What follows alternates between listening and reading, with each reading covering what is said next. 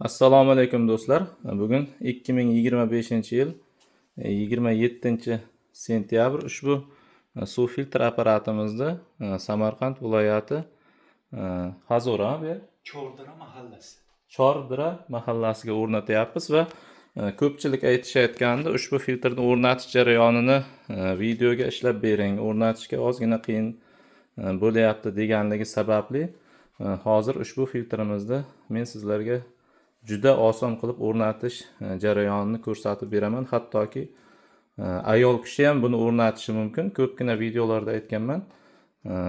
Ayollar o'rnatadigan holatda, eng tushunarli holatda tushuntirib beraman do'stlar. Demak, filtrimiz bilan tanishtirib o'taman. Suv filtrimiz SIMAP 7 bosqichli suv filtr hisoblanadi. Ko'rib turganlaringizdek, zaxira bakimiz ham metallический mustahkam baklardan. Ostidagi plastik qismi zaxira baki ustida turishi uchun va filtrlari, blok pitaniyasi, ehtiyot qismlari, ключ, kaliti, membranasi va smestitel qismi ham o'ta baquvvat, 450 gram og'irlikda bo'ladi, adashmasam. Va shlanglari. Shlanglari ikkalasini uzunligi bir xil bo'ladi. Bittasini teng 3 ga bo'lib olamiz, bittasini teng 2 ga bo'lib olamiz. Hozir endi hammasini qanday o'rnatilishini ko'rsatib beraman. Demak, birinchi qiladigan ishimiz filtr uskunamizni mana shu holatda qo'yib olamiz.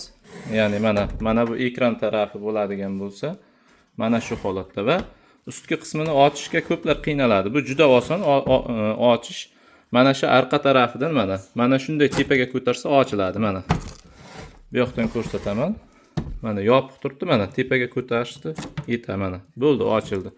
Ko'pchilik ochishga qiynalar ekan, juda oson. Bitta qo'lda ochsa bo'ladi. Mana shu holatda buraymiz, aylantiramiz. Mana soat strelkasiga qarama-qarshi taraflama.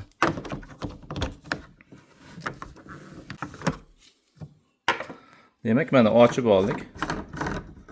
Mana ochganimizda mana ichkarida rezina bo'lmaydi, hech qanday salnik, ya'ni rezina mana shu holatda turishi kerak. Ko'pchilik masalan ochayotgan vaqtda mana bu rezinani chiqarib yuborishi mumkin. Aslida chiqib ketishi juda oson emas, qiyin.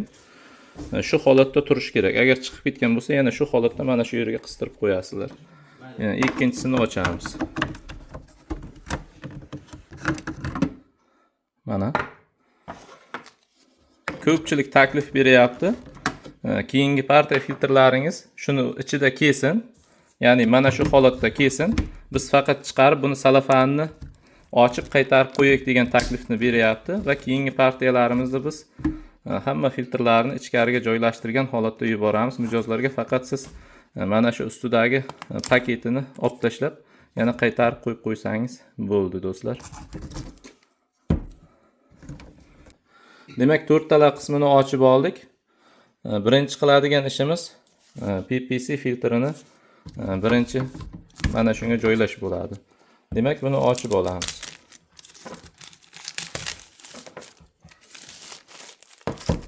Juda ham oson do'stlar, mana bir qo'lda videoga olib, bir qo'lda o'rnatib ko'rsataman sizlarga.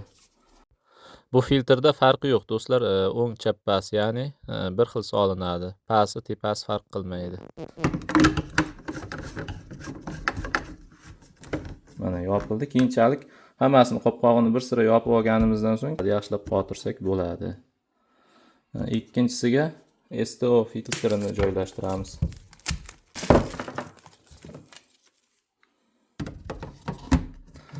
Ko'pchilik aytadi, buni qay holatda joylashtirish kerak deydi. Farqi yo'q. Xohlasangiz bunday, xohlasangiz bunday. O'ng chappasi farq qilmaydi buni. Ikki taraf ham bir xil hisoblanadi. Hech qanday savolga o'rin qog'izmayman ushbu videoda. Ipidan ignasigacha o'rgatishga harakat qilamiz. Bundan oldingi filtrda ham o'ng chappasida farqi yo'q edi do'stlar. Do'stlar, keyin biz filtrlarimizni O'zbekiston sharoitiga moslashtirgan holatda zavodga buyurtma berib chiqartirganmiz. Har qanday filtrni ham buyurtma qilib sotavermaymiz. Har bitta filtr sinovdan o'tgan, O'zbekistonning har qanday joyida sinovdan o'tgan suvni yaxshi tozalagan filtrlarni sotamiz. Agar sinovdan o'tmagan filtrlar bo'ladigan bo'lsa, biz unga buyurtma bermaymiz. Suvingizni tozalashidan siz xavotir olmasangiz bo'ladi. Hammasi do'stlar bu sinovdan o'tgan filtrlar hisoblanadi. Mana 3-filtrni ham joylashtirdik. Farq qilmaydi qanday holatda joylashtirsak ham.